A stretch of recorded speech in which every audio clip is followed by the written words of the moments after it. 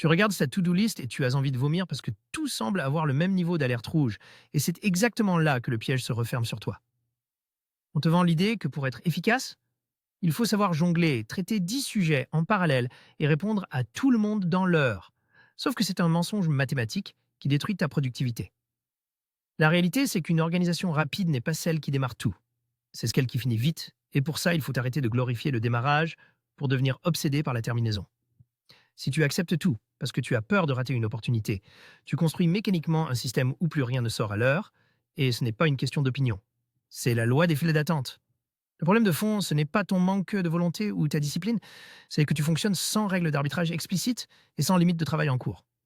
Tu entasses les dossiers sur ton bureau virtuel en pensant que ça avance, mais une note de cours sur la loi de Little de l'Université de Californie, UCSD, rappelle une vérité brutale.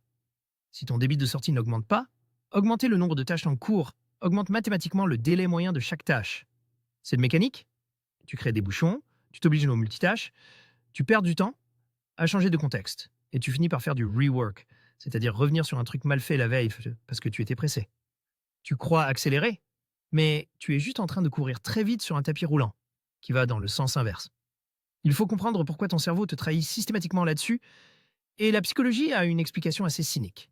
Une étude de Zhu, Yang et Hasi, publiée en 2018 dans le Journal of Consumer Research, appelle ça le Mere Urgency Effect, ou le biais d'urgence pure. Ton cerveau est câblé pour choisir une tâche urgente avec un gain faible plutôt qu'une tâche importante avec un gain élevé, simplement parce que l'urgence donne une fausse sensation d'accomplissement immédiat. On ajoute à ça la version à la perte, théorisée par Kahneman et Tversky en 1969 et citée par le MIT, qui montre qu'on n'a plus peur de se prendre une remarque pour un retard maintenant que de rater une grosse victoire stratégique dans un mois.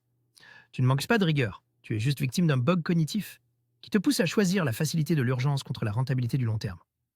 Pour sortir de ce cirque, tu dois adopter une approche radicale, basée sur le coût d'opportunité, un concept économique de base rappelé par l'université Paris 2. Prioriser, ce n'est pas décider ce que tu vas faire, c'est décider agressivement ce que tu ne feras pas, et accepter la douleur de ce sacrifice. Quand un collègue ou un client débarque avec un truc super urgent, tu ne dis pas «je vais essayer». Tu le forces à voir le prix de sa demande en exigeant cette phrase exacte. Si on fait X cette semaine, on accepte explicitement de retarder ou d'abandonner Ori. Tu rends sa perte visible, tu mets le cadavre du projet sacrifié sur la table. Et souvent, ça calme tout le monde instantanément parce que personne ne veut prendre la responsabilité du sacrifice. L'outil le plus puissant pour appliquer ça, c'est de limiter brutalement ton WIP, ton work in process. Ce n'est pas juste un truc de gestion de projet pour les ingénieurs, c'est la seule façon de calmer le jeu.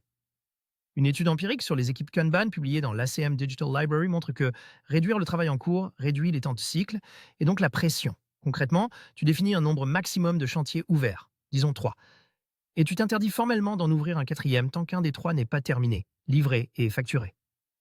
Si une urgence arrive, elle ne s'ajoute pas à la pile, elle doit prendre la place d'un truc existant que tu dégages. Et c'est cette contrainte physique qui t'oblige à prioriser pour de vrai.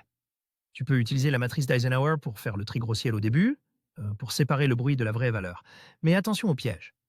Ce qui est urgent est souvent juste un symptôme d'une dette technique ou d'une mauvaise organisation, pas un critère de valeur économique.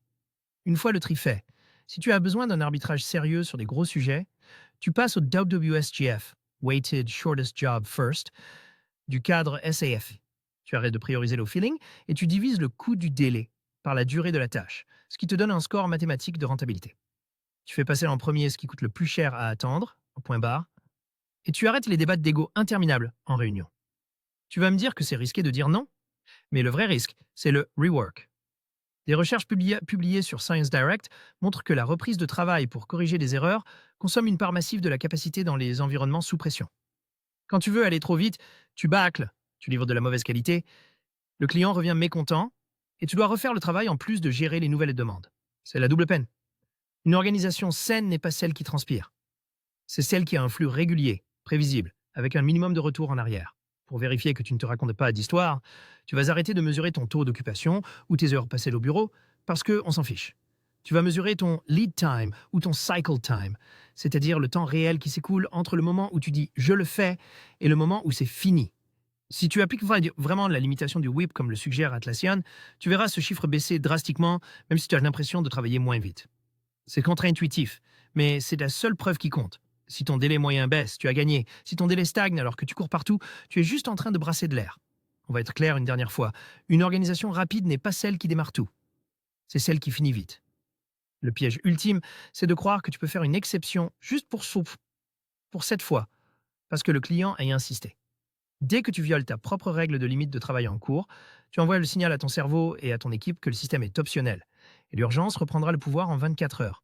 Tu dois être un gardien impitoyable de ton flux, quitte à passer pour le type rigide de service, car c'est le seul moyen de livrer de la qualité de manière durable.